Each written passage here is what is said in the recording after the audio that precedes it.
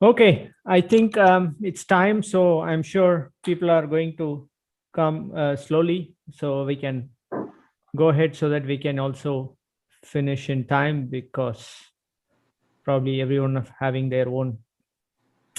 Okay, so a warm welcome to every one of you, and thanks a lot, especially because, as I just said, it's one of the rarest days outside when you have around 20, 23 degrees end of March, and probably it's so difficult to be here because knowing that next day is going to be again fresh spring.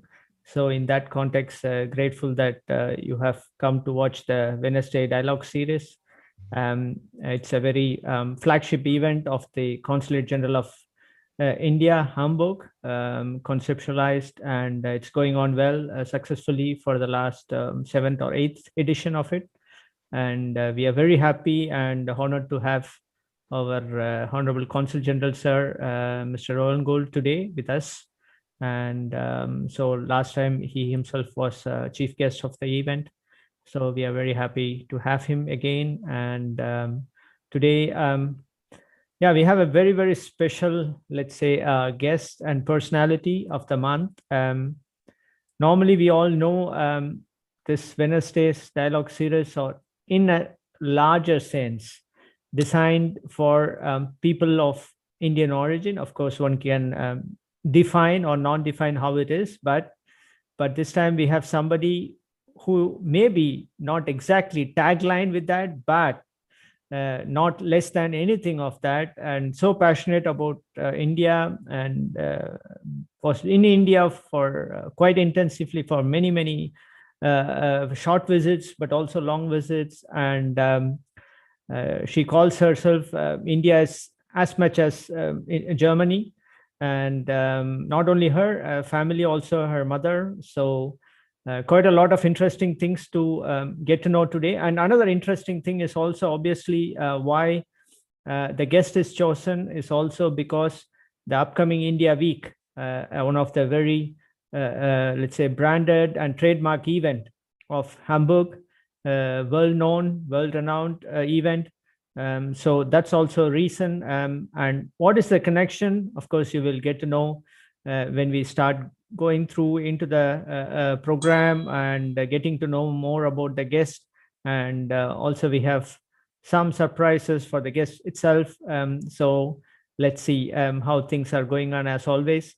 And so I'm very, very glad and very happy and pleasure to welcome today Julie-Ann Shiraishi. I hope I pronounced correctly the last name, Julie. If not, please apologize. Sorry for that. And so very thankful to you for being here with us today and not taking much of the time. It's also a bit of a tradition for the Wednesday Dialogue series that not giving a half an hour of introduction to the guest, rather than we start with, in a way that there are three, let's say, parts.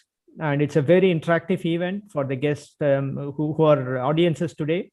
Just to give a note, this is not a monologue that I and Yuli is going to speak the whole evening, but rather than snippets of we are going to speak. But then it's more also how curious you are to know more, and maybe you have something to share about the guest, and maybe you have some experiences with the guest in different ways in the events, or how to get to know, and maybe there are special qualities of the guest.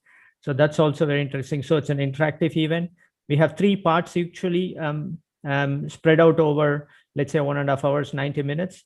So first part is obviously to get to know the guest personally, who the person, where she's coming from, and or he's coming from, and how actually this so-called Indian factor got into the guest, and how she sees it and her experiences, and then we move on.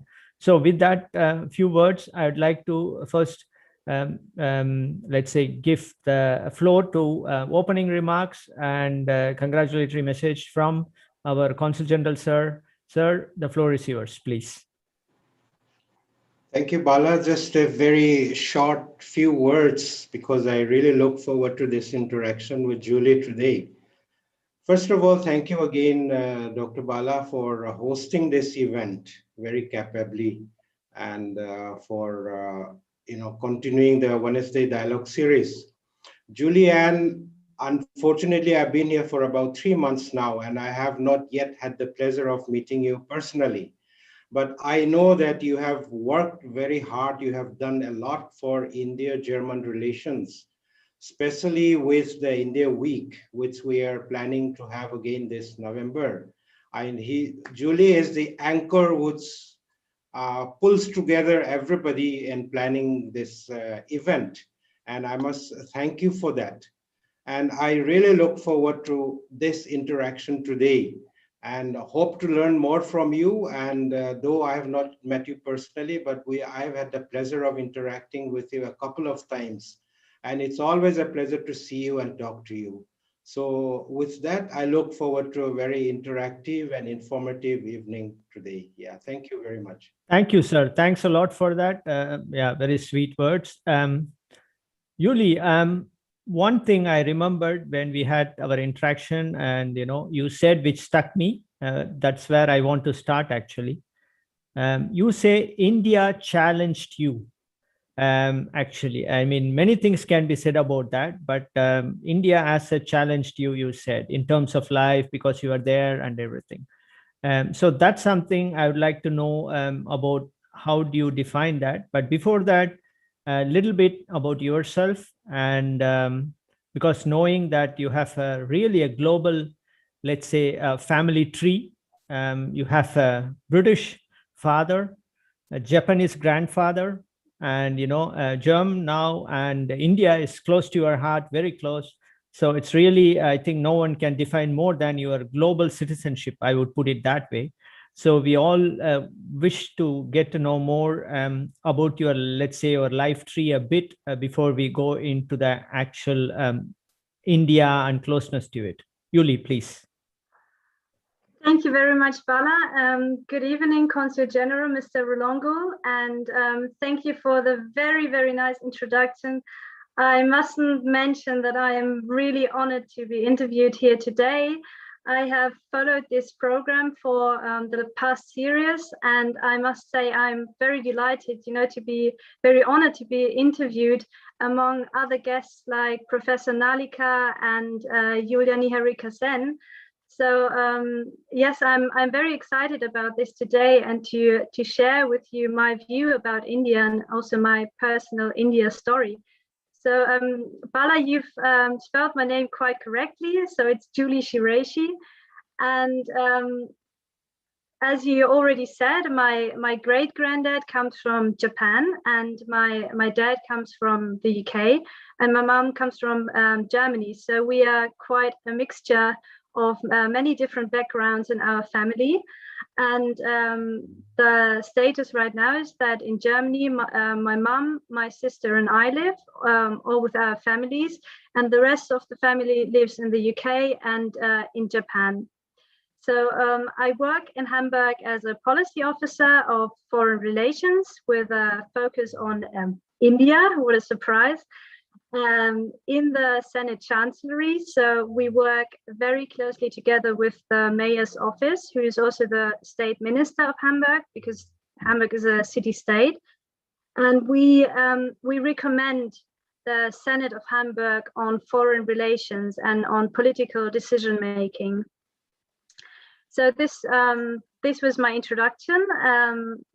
And about what you said challenged me most about in India, or I told you that I quoted actually a very nice sentence from Mahatma Gandhi saying, if it doesn't challenge you, it won't change you.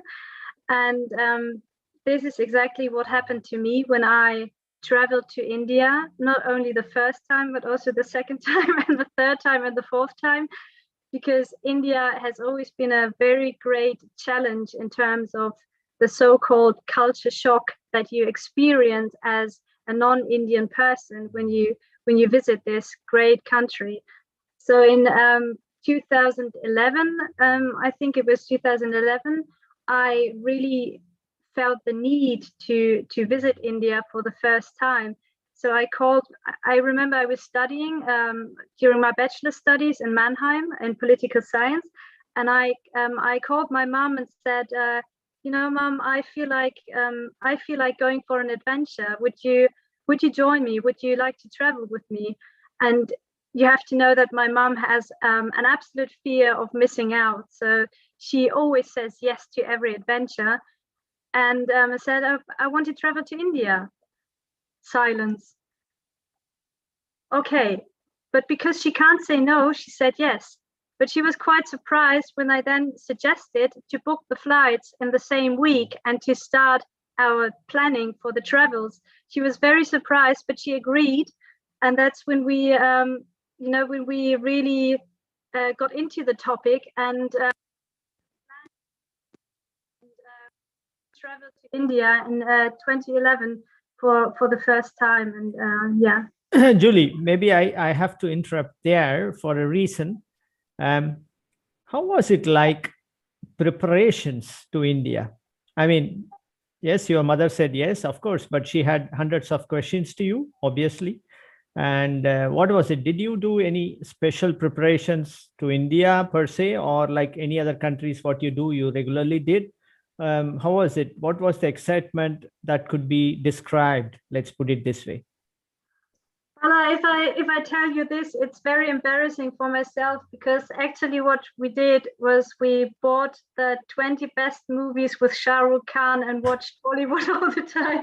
But I mean, this is a very bad preparation for India. But now you know, Bollywood movie is not reflection of India. No, but it promoted our excitement, and so it was good. We bought some Indian food, we cooked something, we just tried to get involved with the culture. And then of course we bought a travel book, The Lonely Planet, and just so where can we fly to? We flew to Mumbai. We were going to travel through the south. So I was looking for destinations on the internet, and actually also looking just for small destinations on the route, which is why we ended up, for example, in Kolhapur, where the sandals are made. And this is not a typical tourist destination, but a very good place to visit. And of course, we have some Indian friends with whom we talked. Okay, so you said once also that what you liked most India, even today, you say also, you use the word relaxed. That's something. When I asked what is the one word you can actually describe India, you said they are just relaxed. In India, everything is relaxed. So how do you define that? Because relaxed, of course, it's there, but from your point of view, why do you say that? And can you just give some, let's say, some anecdotes or something that you have come across, or even now, because you have studied there and you have went on tourism, but also for, let's say, work, practical and things like that. So different styles you have seen. Still, you will use the same, let's say, this adjective relaxed? Yes, absolutely. Because so if you want me to give an anecdote, then during my 2014 stay, I was doing an internship at the Center for the Studies of Developing Societies in Delhi. And on the weekends, I used to grab the camera, a very good camera from the office, and dive into the crowd of Delhi.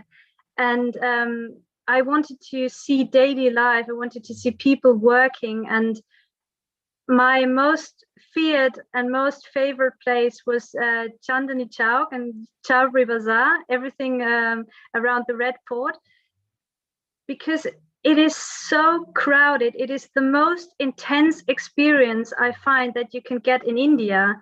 So many people, so many different smells, so many different colors, and everything is packed and full of people.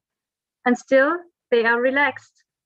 They do what they have to do. They are very busy, but at the same time, they don't get angry, they don't get nervous about it, but they just carry on with their work. And if you are in Chowdhury Bazaar for the first time, you could almost feel dizzy, and overwhelmed by it. You know, you have to sit down and get some sugary drink and then observe the situation. But once you're past this point, you go with the flow. And that's where I felt totally calm and relaxed. Okay. But how is it like your so-called street food in India? I can say that many people ask my wife actually, what is that she misses in Germany? When she came, she said two things she misses. One is people, because she said, where are all the people here in Germany? And second, she said street food, which especially in Mumbai and Delhi or other, not only the places, but each and every state and cities have their own street food culture in India. So how was it? Did you also experience that when you were in India together with the friends, colleagues? Absolutely. I mean, I tried to, I tried every food that I could. I'm vegetarian. Actually, I was vegetarian at that point. Today, I eat plant-based. But at that point, India has such a great variety of vegetarian food. It would be a shame not to try everything you can. You know, you have to take advantage of this absolutely beneficial situation when you're there.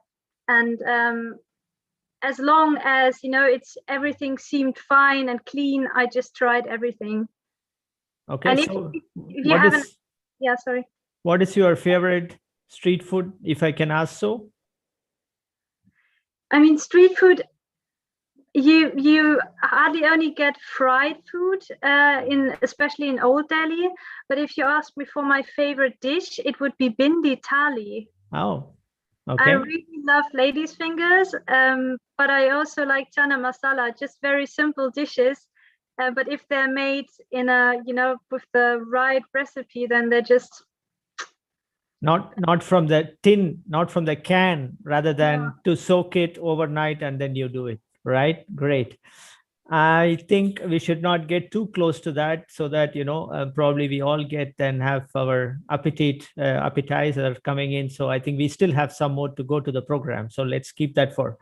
One interesting thing about you, Julie, you did in University of Mannheim, Bachelor of Arts in Political Science, English, American Studies. It's for me, it's a great combination. I mean, it's a lot.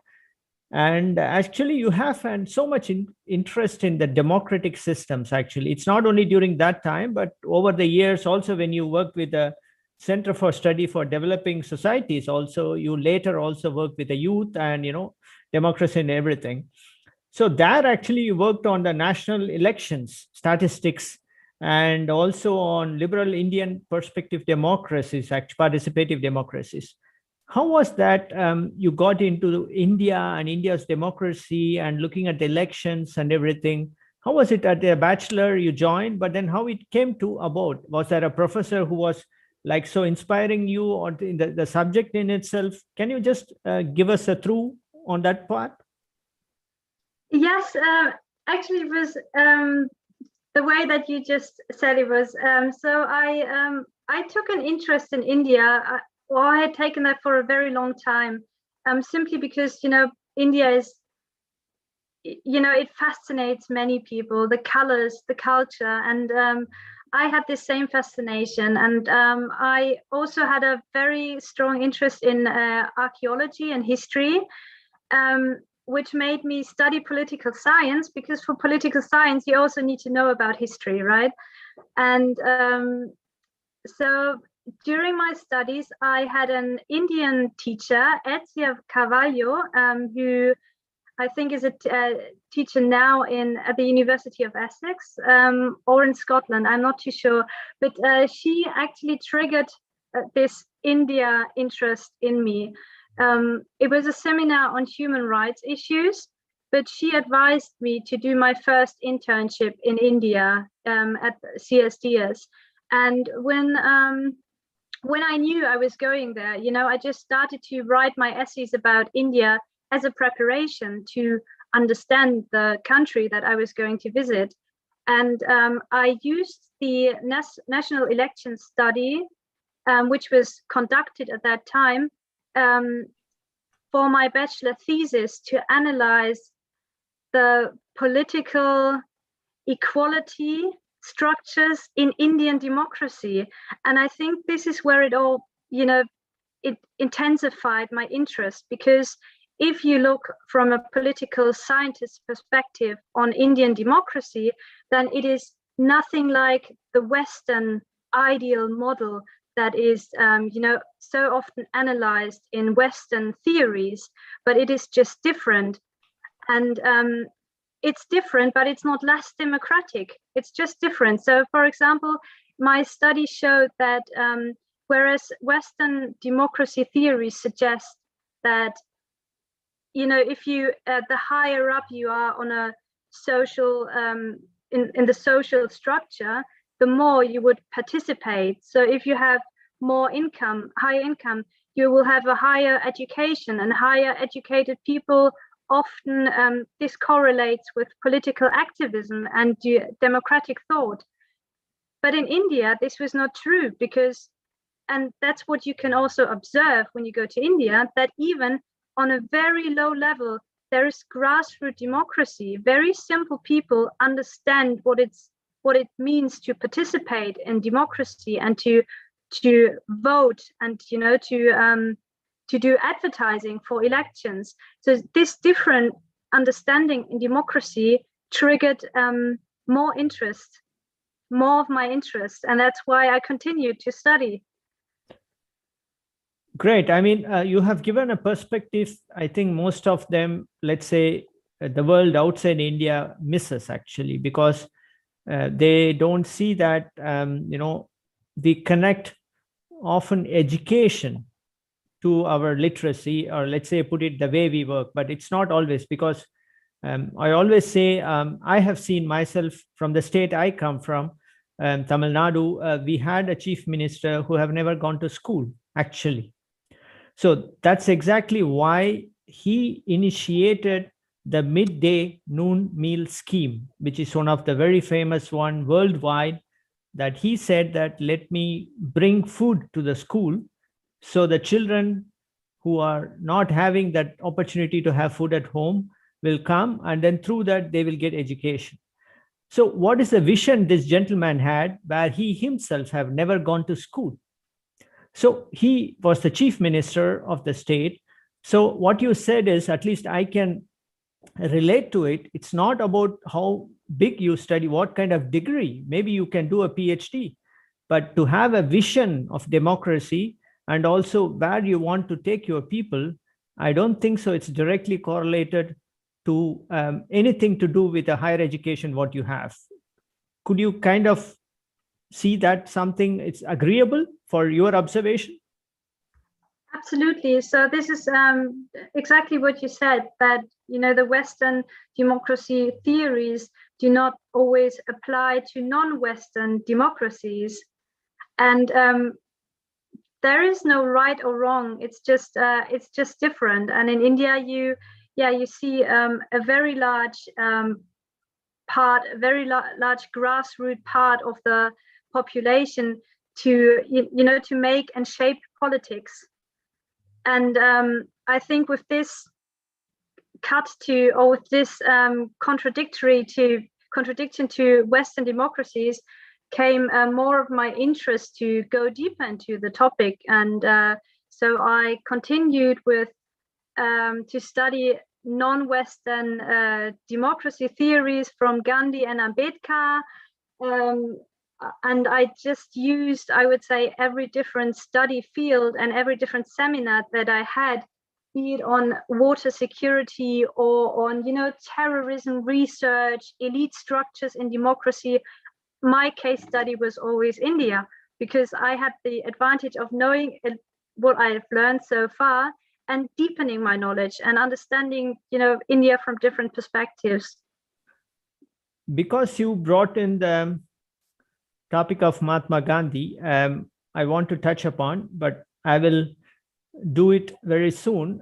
So before we go into the next session, as I already promised, and also the way this series works, I would like to open the floor for our audiences to interact with you and maybe put forward certain things which they would like to curiously ask you till now, what you have explain about yourself, or maybe they also something they would like to share knowing you. So I would like to encourage ladies and gentlemen, please, if you know Julie and you have been a good friend or a colleague or any other way, please do you share your, the moments with her, which we would all also like to have it. And also, if you have anything that you would like to ask Julie, based on that, what we have discussed right now, please do so. The floor is open, and who would like to be an icebreaker? Let's put it this way. So someone starts first.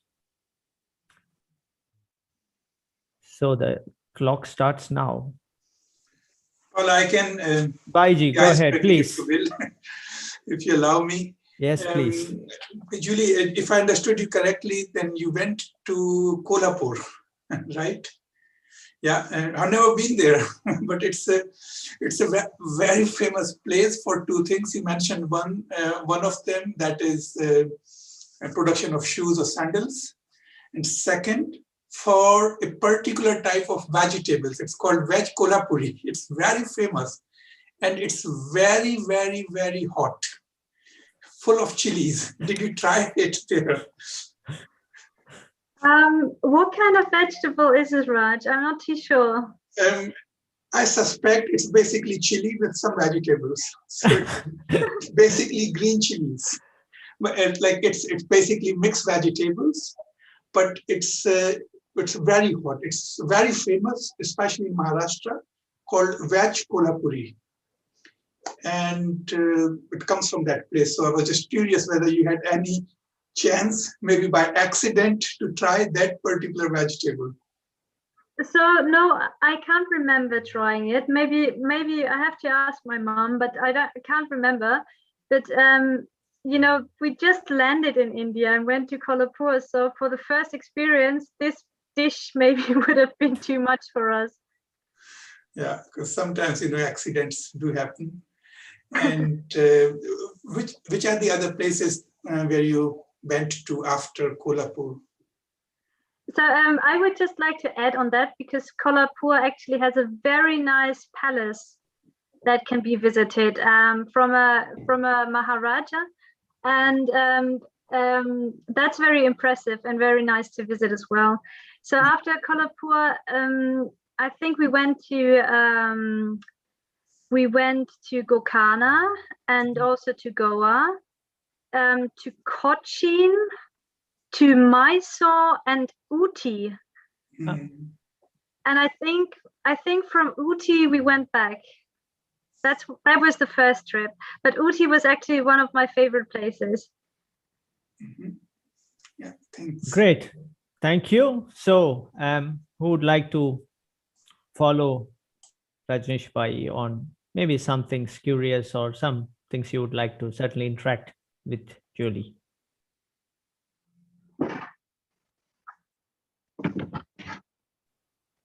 I'm sure you are here because of something that's so interesting that you are here. So, so maybe I'm sure you have something to share with, or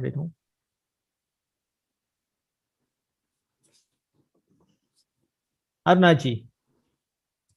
Yeah, Julie, you have friends in India. How do you communicate with them? Do you speak an Indian language? Do you speak Hindi? Do you understand Hindi? Thank you, Aruna, for this question that I have to say no. Actually, I didn't have Facebook before I did my first internship in India, and I was never a big fan of social media like Facebook.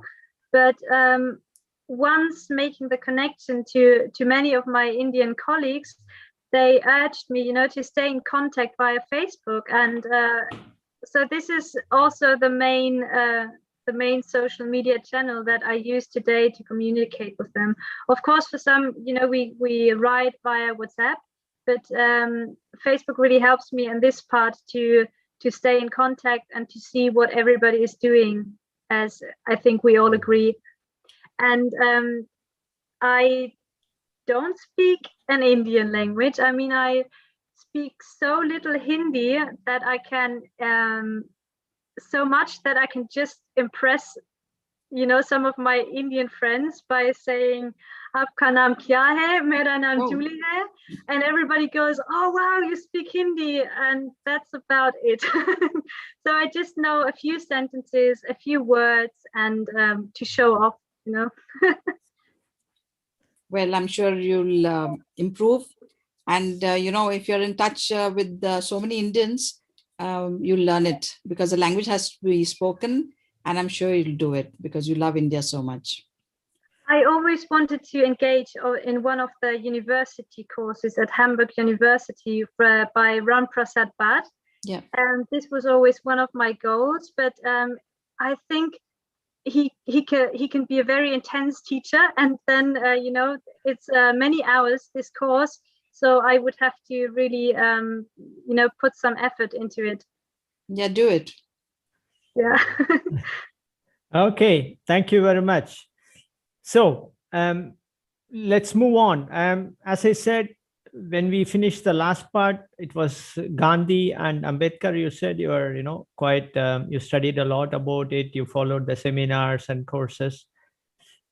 Yeah, Mahatma Gandhi is, of course, one can keep on speaking about for a long time, or it's Ambedkar as well, the same way. So how is it with Mahatma Gandhi? What is that, for the first time you heard about, or what is something that sticks with you for a long time now? Do you somehow take a resemblance of, some of his life, or in your work, or, in things what you do or have been doing, or while, interacting with? Can you just say about it? How is it for?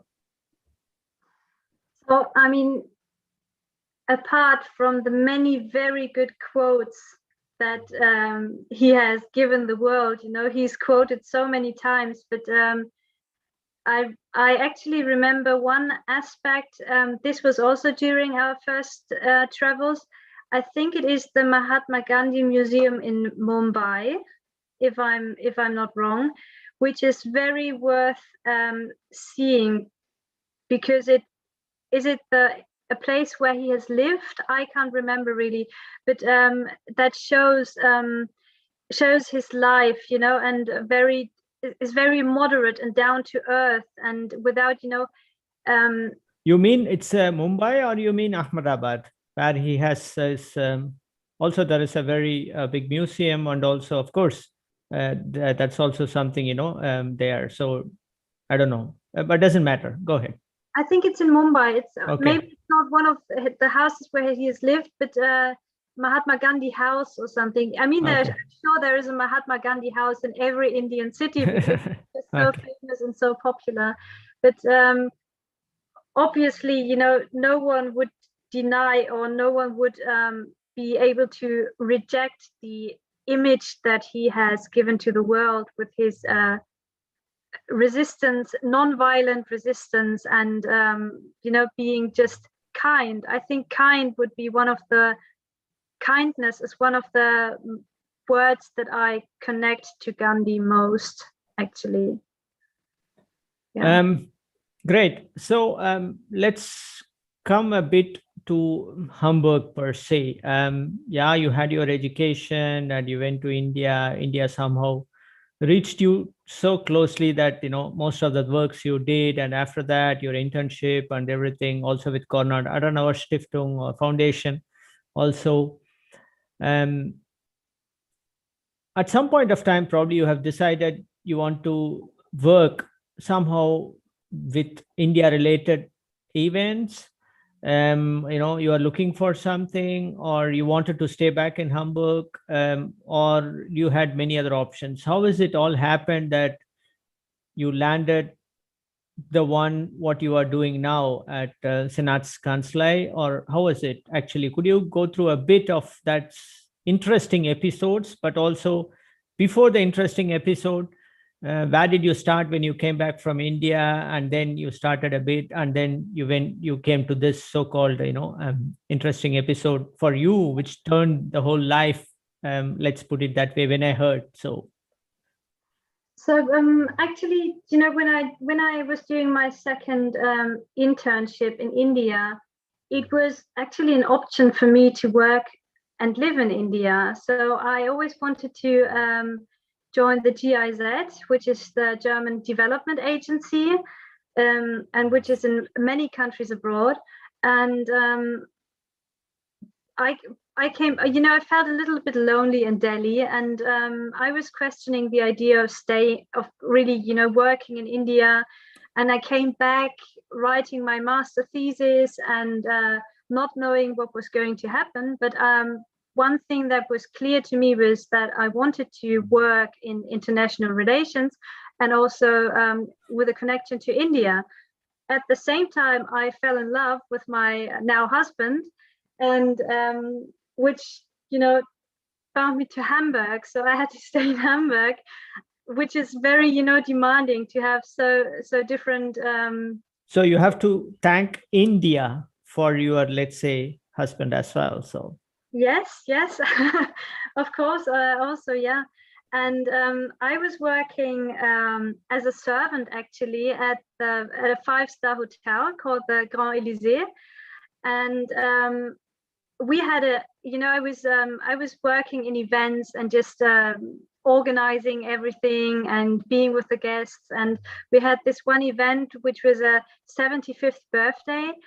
And during the event, we engaged with a group of guests and talked to them, just interacted. And with one gentleman, I spoke about international relations, and I told him about my plans. I want to stay in Hamburg, but I really want to work in international relations. I think I would have to go to Berlin, but I need to stay in Hamburg. I didn't say why, but I didn't know this gentleman, and he really had an idea about international relations and a very good background knowledge.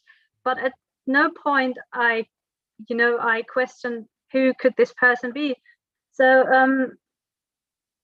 after talking for a while, he gave me his card and said, "Well, why don't you just speak to Wolfgang Schmidt, to the State Secretary Wolfgang Schmidt, and tell him about your intentions."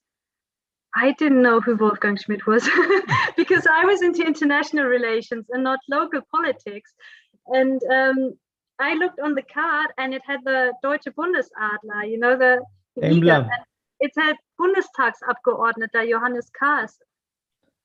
And I didn't. So the member of parliament, yeah. Member of parliament. It put me in a very awkward situation, because had I known before, maybe I would have acted totally different and tried to sound very sophisticated and. Or you were shied off. You would not have even talked to. Yeah, maybe, yeah, you're right. And so I took his card and I wrote an email to Wolfgang Schmidt directly, introducing myself and sending my CV and speaking about India. And I think 3 weeks after that, my phone rang, and it was a Berlin number because he was based in Berlin by that time. And they just called me and said, we think we have a job for you. So would you like to come for a job interview? It's the India Week. And I knew about the India Week. I had seen the posters before, but never would I have imagined that I could be the one organizing this event. So I was very grateful for this opportunity. Yeah. So it's really interesting. I mean, who would meet and let's put it this way, probably the chance of meeting a member of parliament in Germany probably is, if it is 1 to 1,000, in India, probably it's 1 to some, probably, but certainly it's let's say, not to dramatize, but a little bit of life changing or a very crucial moment for you, let's put it this way, in not only in your career, in also in life, because you always wanted to be in Hamburg. And then you went there, and it's going to be India Week. So how was it? You worked from Berlin for some time in the Vertretung of Freistaat Hamburg, or you already started your preparations, let's say, in Hamburg itself?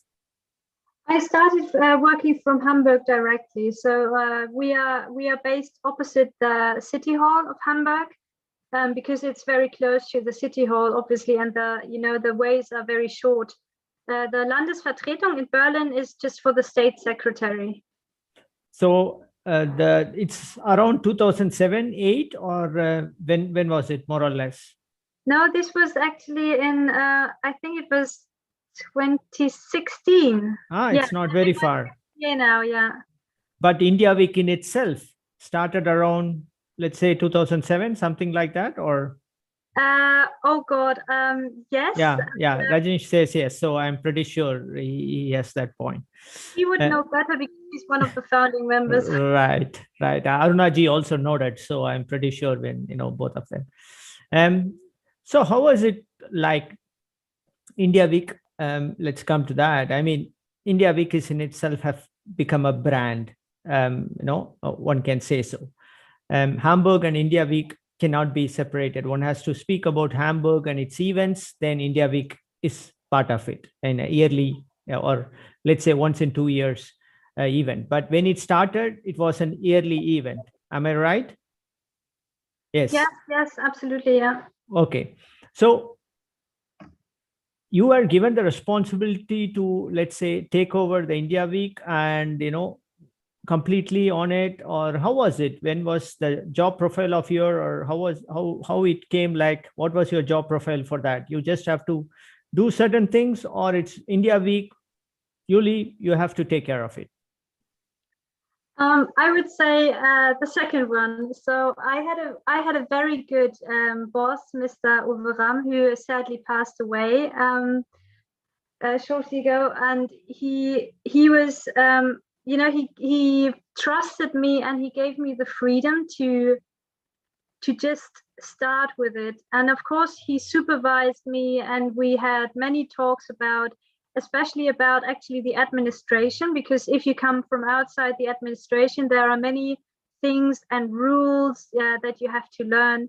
But he guided me through it, leaving me the most possible space to, not only to organize the India Week, but to make it my own project. I think this is a very crucial difference, because of course you can organize the project simply doing one step after the other and doing what has to be done to make the event happen, or you can take some kind of ownership feeling for it, and that creates commitment, personal commitment, and also fun. And I always had the feeling that I could express my own creativity and my own view of India through the India Week. And I'm very, very thankful that I was given this freedom. Also today, of course. I mean, this is the 3rd edition of India Week that I will organize this year,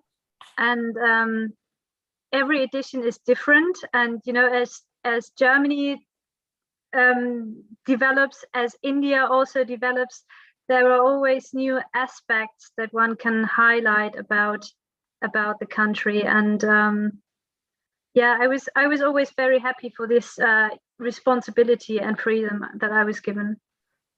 Great.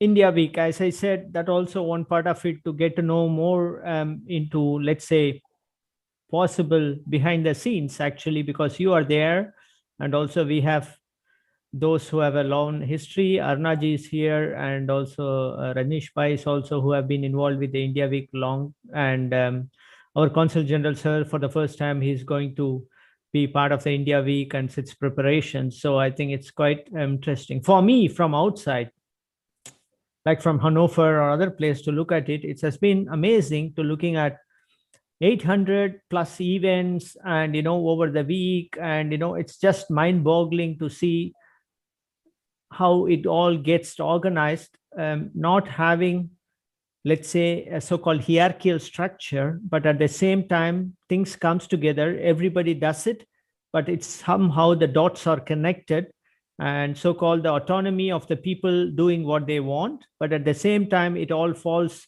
in place as an event in its say.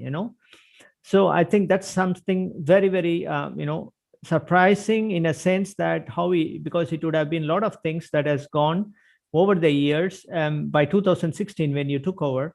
So when you took over, how was it? Because when I had, discussions also with Rajneesh Bhai and others who have started at the earlier, so it all started as an event to promote, let's say, commerce and economics for the city-state of Hamburg.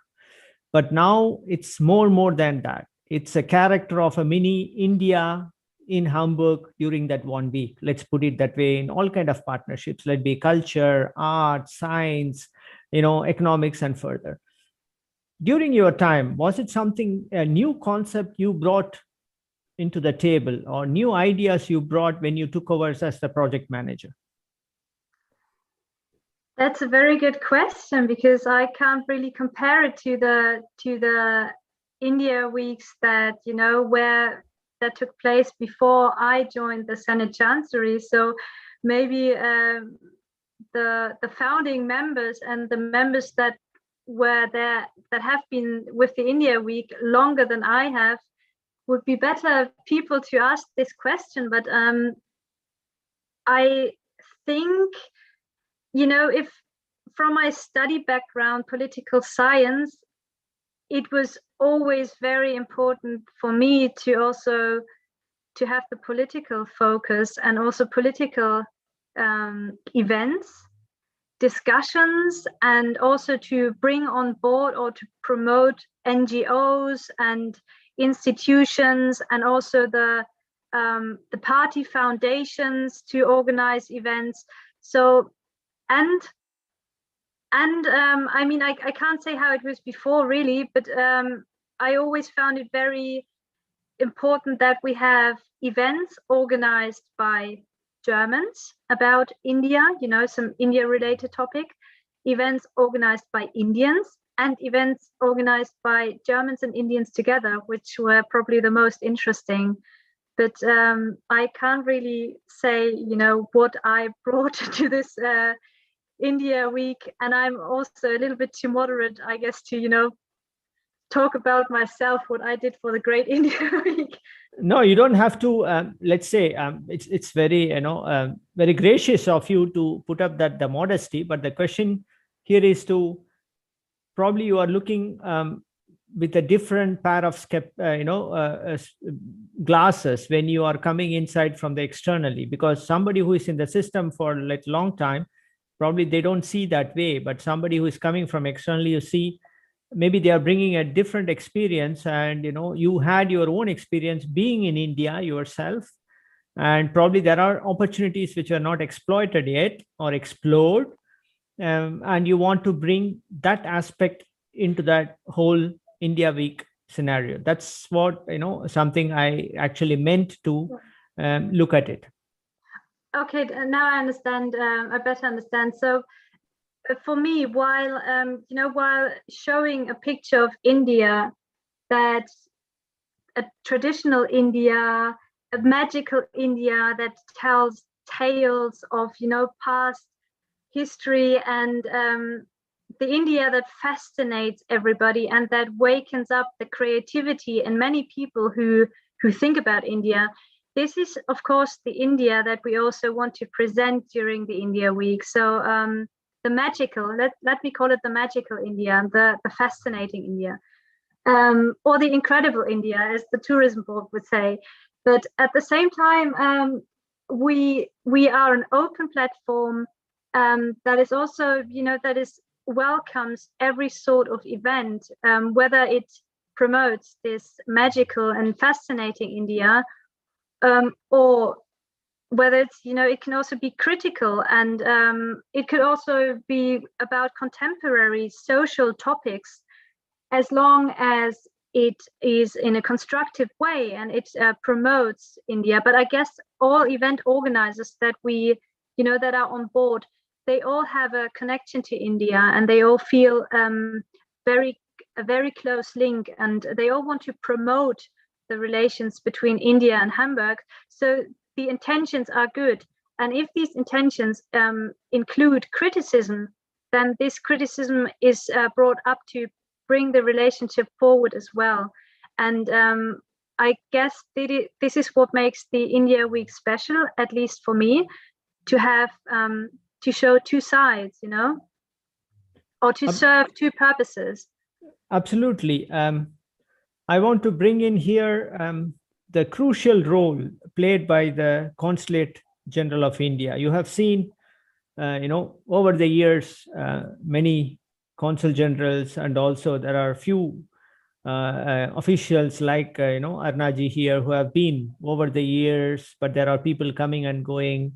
And it's always been a very, very, smooth, diplomatic way, because Consulate General of India is, let's say, the main contact point, and also the point where many things are starting from the first formal meetings that happens till, with having the chief guest, like from the ambassador or others or consul general. How was your experience over the things? What kind of discussions taking place there? What role from the planning side, from your side, and from the consulate, how things are going? Could you just give us, for viewers, a perspective, because we are not involved into it, so to get an idea over that? Of course, yes.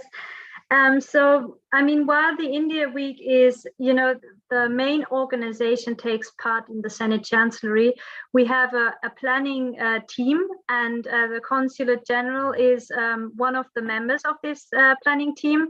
So we sit together regularly. At the moment, it's every 6 weeks to discuss everything, from the Senate reception to the keynote speaker that we should invite. We talk about the catering, about the events, about the dates. Of course, I mean, you can imagine that with so many important people joining this event, finding a common date which fits everybody, from the consulate side to the mayor, is very, very challenging. And but as far as our work is concerned, like our work together, I would like to say that it has been, ever since, it has been brilliant teamwork. And this is why what I really like about this job is that we can speak openly, about the events, and about, maybe if I have doubts, then I would have no problem. I think Arunaji would be the first one that I would call, in a private call, and saying, Aruna, I don't know about this and that, can you advise me? And we would find a solution together. And so there was never, I never had to be careful with what I wanted to say. And this makes the work together very valuable, I find. So Hamburg, of course, cannot think of no India Week the other way around. Obviously, it's going to be, probably there are people who want to have it more than a week, but also challenging this 1 week to get to go things. So we will get back to the next round on the upcoming India Week. What are the ideas? Maybe some of the glimpses you can give us, maybe not everything you want to disclose. Of course, I can understand, but maybe something as a prelude to the upcoming India Week that kindles the interest. But before that, I'll again open the floor for the audience, because there are people who have been involved with that India Week for a long, long time, and have been part of the team. And for Consul General Sir, as I said, there's going to be a premiere for him. So I would be very curious also who would like to maybe share something, not necessarily in that sense, ask something or clarify with Julie, but maybe you share something that's interesting about the India Week history, and maybe some of the incidents or anecdotes that you have come across. That will be also nice to share in this platform. So please.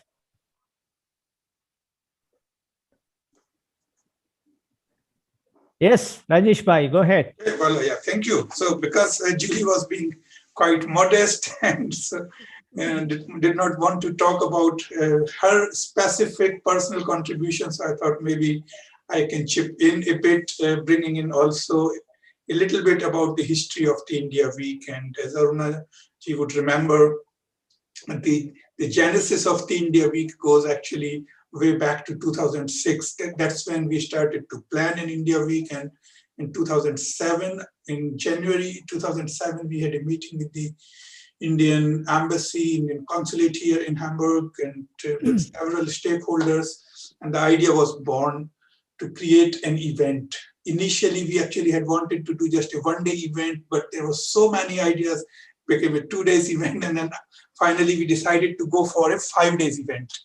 So the first India Week took place in 2007, and it was a wonderful event, very, very successful event, which was basically focused on commerce and economics. But this was so well received that we said it cannot work if we were just talking about commerce and economics. We need to go into different things. And by the way, Julie, at that time, the Senate Chancellery was not involved. It was the Ministry of Economics and Innovation and Transport, etc., how it was called at that time too. So because of the success of the India Week, the Senate Chancellery also got involved. And they said, we want to contribute to it. We would like this idea to be taken further. And I must mention that Mr. Schmidt, the State Secretary, Mr. Ram, etc., there has been a very great support for the India Week from the side of the Senate. And from the very beginning, we were actually not focused just on the free and Hanseatic city of Hamburg, not just the city-state of Hamburg, but on the metropolitan region. So we have always tried to connect to places that are connected to Hamburg, but are not officially or formally a part of Hamburg. So we have created event together with partners in Schleswig-Holstein or in the Niedersachsen, so Lower Saxony. So that is briefly the background. We did it for 3 years every year. And then we noticed it was getting a bit difficult. And then we found a very good solution. 1 year, the Senate Chancellery co-organizes the China time, and another year, the alternate year, it's the India Week. So that's how it started to work out. And when Julie joined us, I believe Louise Schulz was before you, right, Julie? So Louise was, I believe, the first person who has really had a direct connection to India because she had studied Indology. Before that, we have had people who were really great help. They had a lot of energy. They did support the India Week, but they had not a personal India connection. And when Julie was about to join, then Louisa said, oh, she was leaving the Senate Chancellery, and she said, oh, we have found a very, very good person to join here because she has a lot of expertise. She has been in India. She has done some internships. So we were very much excited that Julie is joining us, and we have been fortunate to have her here with us. She has put in a tremendous effort, I would say. So obviously with the support of her superiors, her team, and the Senate Chancellery, the India Week has been quite transformed in the previous 4 or 5 years. So she brings an India expertise to the table. And I think the second thing is she has really expanded the India Week into social and political themes. This was one of the flanks that we did not really cover so well. And she has put a lot of effort into doing that and into the education sector. So whatever we are not covering with the economic side and with the cultural side, that all goes to Julie. And apart from the coordination work, that is what was previously done at the Senate Chancellery primarily. So primarily they were concerned with the coordination. But now, in addition to coordination, what Julie does is she also tries to get a very good program on the social, political, and educational side. So that way, I believe, Julie, you have really enriched the India Week. Thank you. And maybe Aruna can add something, or maybe Julie, if I have forgotten something. But these are some of the points that I just remembered, and I thought it would be good to share them with. Yeah, absolutely, absolutely. Thanks a lot, Baiji, for that. And Julie, you want to add something? Then I can go to Arnaji and to rekindle her memories of things that happened over the years. But if you want to react to Rajneesh Bhai, something, if you can directly. I'm so shy now. I will leave the floor to you, Bala. It's good. Okay, Arnaji, would you like to say some, because you have followed this also from the beginning, and how was it, and what's your special memories? Yeah, actually, Rajneesh has said everything. We had actually also a girl called Mele Plakta, who didn't have much experience and not much to do with India. Then we had Louisa Schulz. And of course, she did have some idea about India, but what Julie has done, it is just marvelous. I mean, she has included all these aspects: social, political, cultural, economic. Basically, I mean, India Week had started off as an economic event. And now, we have more than 80 odd events. And every event, I mean, she takes such good care to see that every event is held well. And we from the consulate, I mean, we never used to take part in all the meetings, but Julie has got us into it, and it is very interesting. And we look forward to the meetings, and especially our new consul general. I mean, he waits for the next meeting, and Exactly. he makes it a point to keep his appointment calendar free for this particular meeting, so that he can share his views and get to know more. And I think we couldn't have it better. I mean, we are all very happy. And unfortunately, Corona has come in, but Julie is trying her best. And we hope to have a good India Week this time. Thank And you. I must also add that, it has, the level has gone up. We have had very good keynote speakers. We have had very good guests, high ranking guests from India. And I don't think in Germany there is any program like this, whether it's in Berlin or in Frankfurt or Munich. This is one of a kind. And, I think we have to be thankful and happy that we have Julie, doing this program. And we hope that she stays on. Don't leave us. Stay on and do the next India Weeks as well. Thank you. Thanks a lot, Arunaji. I think that's well said. I'm sure. Saurabh, please go ahead. Yeah, thank you, Bala. My connection with Julie, I would just like to share. Like, I got to know about India Week at the end of last year in December, and that's how I got connected to Julie through a common friend, Lily. And I think she is doing a brilliant work, and she is actually listening to ideas and trying to see how we can, execute things together. I would really like to know, ask a question to you, Julie. Like, I would really like to know, like, what are some of your challenges, while conducting India Week, and how we as a community can help you solve, these challenges. So yeah, I would really love to know that. Excellent. Julie, please.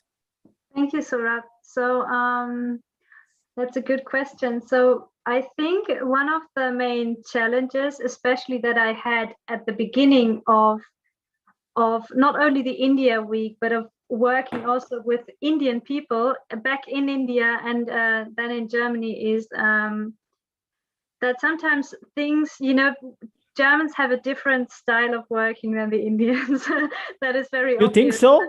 It's surprising. Aha. Yeah. So when I remember I started my job, I think 1 week before former Consul General Mr. Reiger, and my boss and I invited him to the City Hall to introduce him into the India Week, and to introduce ourselves, of course, as well. And we said, this was in October, and we said, Consul General, the India Week will take place in November. And, there is a Senate reception with 450 people. We expect 25,000 visitors. We want 80 events and so on and so on. And he said, he looked a little bit surprised, but he said, no problem, we still have a month to go. And we said, Consul General, it's next year in November, and we really have to hurry up. We only have 13 months to go. I mean, this was, and he always liked to, to tell this story. This was definitely challenging. But I would say there is no recipe how to overcome these differences, Saurabh. So the best recipe would be just to get on with the work and experience it, and to communicate openly. And if this work wasn't challenging at all, it wouldn't be fun, right? So I guess this would be one of the most challenging points that I had at the beginning. And with the community, I find that everybody who puts some effort into the India Week, into their own event, people are so dedicated and so committed to their own events that they deserve someone, who supports them. Because we as a city, of course, we have some contacts. We can help with locations. We can also help financially sometimes. And I find that, without the event organizers, India Week wouldn't be the same. There wouldn't be an India Week. So every single event organizer deserves the same attention and effort also put into them. Thank you. Thanks a lot, Julie, for that. Let's say we have for now around 18, 19 minutes. So let's look at that. Actually, in the chat box, I saw Praneeth asking whether, you are looking for an intern for the India Week 2021. So Praneeth, it would be even more impressive. We can show the face and directly ask Julie now here if you want to, present your CV, and, maybe then she gives you the opportunity. Anyway, let's move on. So Bala, let me interrupt you. I can tell a good story about Praneeth, because if I think I know which Praneeth this is, then he was already our intern in 2019. That's why he knows that, his experience. So that's why he's want to have it again. Yeah. Praneeth now works with the British High Commission in Hyderabad. Okay. So he has found a far better job for him. But this also connects to Saurabh's question before, working together with with somebody who's Indian can be very beneficial. So Praneeth and we shared an office, and he supported me during my during the whole preparations for the India Week, also with my belly, because I was pregnant at that point. So he would help me carry all the program brochures and organize everything. And also when we talked to the Indian community in Hamburg, it was very helpful to not come from above as a city representative and try to speak to people, but to actually have an Indian person with you. And if you present yourself as a team, then it is more authentic, I find. Great. So maybe Praneeth want to come back, for, let's say, for 2 weeks, short visit to Germany. So he is looking for that. Maybe why not? Julie, with a given time, I want to just for you to give us a glimpse. What are we expecting for the India Week 2021? Yeah, we all know Corona, but I'm pretty sure you people have plan A, B, C, all plan whatever may it come. So it is going to happen in one way or other. So how is it going to happen? Something that's going to be special for this year, or anything that's going to be even, let's say, innovative, taking up the challenge of this Corona time, but something that's possible because of Corona time to be that innovative. Can you give a glimpse about it? Of course. So if we had plan ABC, I guess we would be better organized than the federal government. So the plan is to, react as flexibly as possible to the coming situation, whatever it will be. So we are optimistic. We hope and we think that the India Week will take place physically. So in Hamburg, proper events, where people come together and meet, but maybe with a restricted number of people. That's, I think that is something that we have to face. It will not be as it was 2 years ago with just people crowding. This will not be the case. So we are happy if it can, if it can take place physically at all. But if there is one definite thing, then it is that it will take place in one form or the other. And even if, if we are not allowed to meet, if there are COVID-19 restrictions, then events will be digitalized. Many event organizers are well prepared for this situation. So especially in the economic field, I mustn't say that, people they know how to deal with digital technologies, and they know how to organize the events. But also in the cultural field, we have seen theater plays recorded, and also concerts and vernissages. This may not be the same experience as if you meet people in person and you can drink something together, you can chat. But I think the most important thing is that we offer something to many frustrated and bored people right now, and that it will take place. And if I can right now, advertise for some events or say what I'm looking forward to, then of course it's the tourism event that Consul General we are planning together inside the consulate. And as our Consul General comes from the eastern parts of India, it will be very, very interesting to highlight Northeast, yeah, the Northeast, not the typical things that we know about India, that the pictures that we see, like the Taj Mahal, yes, and classical dance, but to see the Northeast of India is personally for me very interesting. I would like to travel there, so it's a good promotional event for myself as well. And I'm happy also that we have one NGO, Mandelzweig, that organizes sustainable travels. So they are in Assam. They cooperate with tea workers on tea plantations, and will offer traveling for tourists, but eco-tourism, so sustainable tourism. This is something I'm really looking forward to a tourism event, actually, but of a different kind, And apart from that, I'm always a big fan of the cinema events, because the cinema events for me mean that I can lean back in the cinema seat, everything is dark.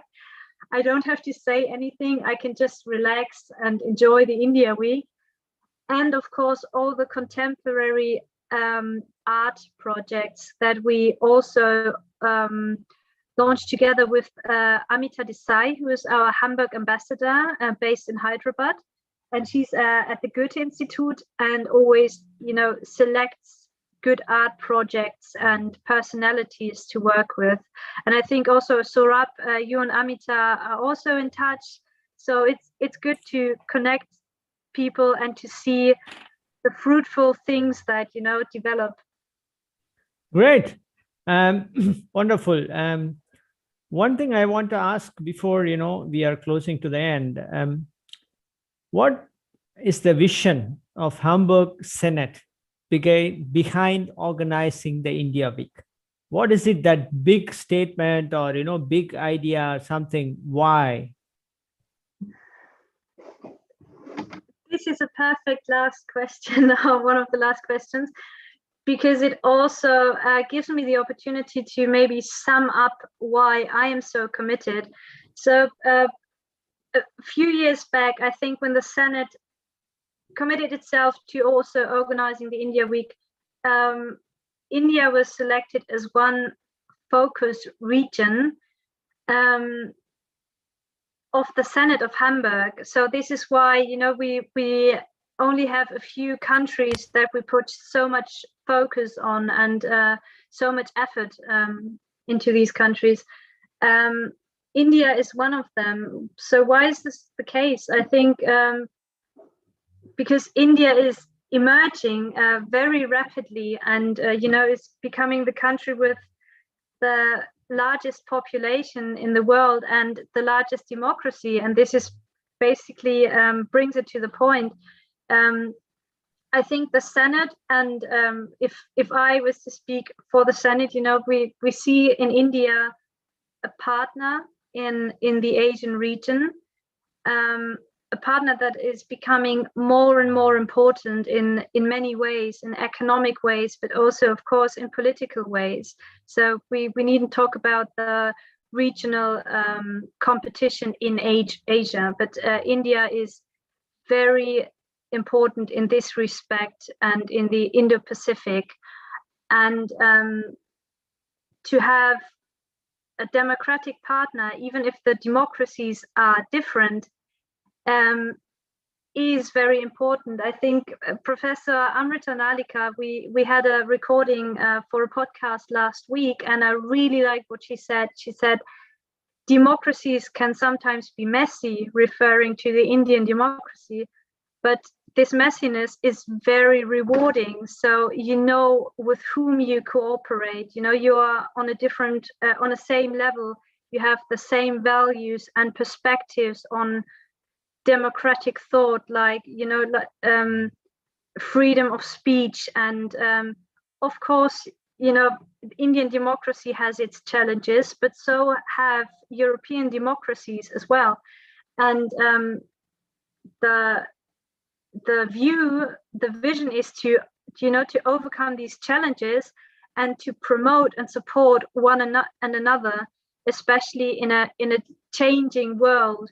So I would say we see each other, you know, as we see us as the good ones to cooperate and to join forces.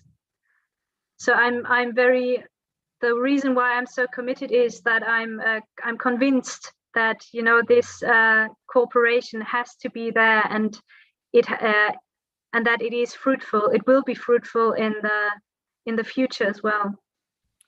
Great, thanks a lot, Julie, for that. Before we come to the end, I'd like to kindly request once the Consul General, sir, how do you see that? And being the premier for you, what's your expectation from the India Week 2021? And already you have been attending meetings. What's your take on that? Thank you, Bala. Yeah, I must again say that we are extremely lucky to have Julie as the main organizer of India Week Hamburg. You know, it's not easy to find somebody with a passion and a love for India. And we are extremely lucky to have Julie, you know, as the main organizer for the India Week. And I'm sure we'll come up with a good program. But like she says, because of the COVID situation, we don't know. We hope that we will have a fully physical event, but the way things are moving, we don't know. But one thing for sure is that we are going to have the India Week Hamburg in November. And like she mentioned, the promotional event for the Northeast states. I'm from Northeast of India, which, I mean, when you talk of India to the Germans, everybody knows of the Taj Mahal, of, you know, your main idea of India. But Northeast India is also definitely a part of India, and it's a very interesting part. And we have a lot of cultural and other things to offer, which I'm sure would be of interest to Germans. And I hope we can do some good promotional event on this. I have, in fact, personally spoken to the main tourism departments of several states in the Northeast, including my state of Manipur. I've spoken to Mizoram also. I've spoken to Meghalaya and also to Assam through some friends.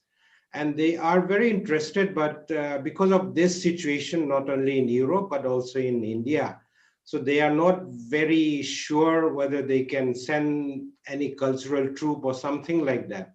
But if the situation permits, I think we will, I mean, I'm trying, and they are open to sending a cultural troop or something which will showcase something which is different, a different aspect, cultural aspect of India, showcasing the Northeast. So that is one thing. And I look forward to cooperating with Julie. But like she says, she is the main organizer. The consulate is definitely a part of India Week. But I must say we are just one of the organizers, and Julie is the main, you know, the anchor who is holding us all together, and I must appreciate her for that. And I just like to comment, you know, she said she found India very relaxing. You know, this is something which I share with her. I just wanted to comment on that because, I mean, those of us from India, we know it tends to be very chaotic. The moment you land in Delhi, you come out and it's a different world from Germany or Europe or any other place in the world. But like Julie, you know, I find relaxation in that chaos, you know. So I share your feeling, I mean, what you expressed on that. There's just one question I just wanted to ask you. You know, you are an international citizen, as we started, as Bala said in the beginning. You have your Japanese roots, and I just wanted to ask: has that played a part in you know, your passion and love for, let me say, Asia or India? Why not Japan? Why India? You know, but did that play, your mixed root in the sense of your Japanese root and all that, did that kind of play a part in having a passion for India or for Asia in general? Yeah. Thank you for this question. So first of all, I would like to say, of course, that we in the Senate Chancellery, we are the main organizer, but of course the Consulate General, as well as the German-Indian Roundtable, Righteous with us, and all the other partners that we have as well, just you know, help us fill this program. So it wouldn't be possible if we hadn't such a good team. And to come to your question, so we never had that close connection to Japan, although my great granddad was Japanese, but he went to England, and with the Second World War, you know, there was no connection to the Japanese family, and we are now just trying to reconnect with the whole lot because we know we have quite a big family in Japan. But also traveling to Japan was never in my mind because it was very expensive in the past, and we always went on holiday to France. You know, we went camping, but we couldn't afford to go to Japan, and it was also not our focus. And it had actually nothing to do with the connection that I have with India today. I think it's more that my mother, she had an Anglo-Indian boyfriend, and they lived in London, and his mum, Barbara, we called her Oma Pearson, so Grandma Pearson. She was like a grandma for us. And every year we went to visit our British family, we drove to Oma Pearson. You know, we made a stopover at her home, and she would cook Indian curries for us. So maybe this is where the first you know, link to India came from. But I can't really say where it all started. You know, sometimes you just pick something up that fascinates you, and then you build up on that. So it is absolutely independent from our Japanese history. Thank you. Thanks a lot, Julie. I'm pretty sure, I think most of us, when we will be asked to connect something, why, probably food plays a very important role. Yeah. So I think pretty sure, maybe one of it. So we are coming to the end of the event, and I see in the chat, Pallavi has written something for you. Julie, maybe you can pick it up. She says that there is a German group of friends who want to perform a Bollywood dance for India Week, and they are not professional, but just to showcase their love for India. and maybe something that, you can both can get connected, or, somehow can pick it up and see how this can be realized, or maybe you can give a way how this can be taken up forward. Thanks a lot, Pallavi, for that. And yeah, thank you very much. It's 20 dot. So we keep also time perfectly. So thanks very much for that. It was a very interesting, as you see, again, 90 minutes flew away. And for the next series in April, we already have a guest, and it's going to be very interesting. This will be a field which we have not yet touched upon. It's going to be the field of culture and art, and he's a great artist. And so he's a very well-known, and he has got awards of the worldwide recognition. So thanks very much to the consulate, and especially to the Consul General and Arnaji for putting forward this name. So I have interacted with the guest, and I'm also very much looking forward to. So please, you all, we will let you know the date very soon. So please do mark the Wednesday dialogue series in your calendar during the month, and we would be very happy to welcome you back again. And with these words, I wish you a very nice evening, and stay safe, stay well. And the COVID is not gone. It's going to live with us for some time. So we have to be very careful. And with this, thanks a lot, and see you then in the next episode of WDS. Thanks a lot, Julie. Thanks, Consul General Sir. Thanks to every one of you. All the best. Bye. Thanks, Julie. Thanks, Bala. And Thanks. yes, Bye, Julie. nice evening to everyone. Thank you. Thank you, everyone.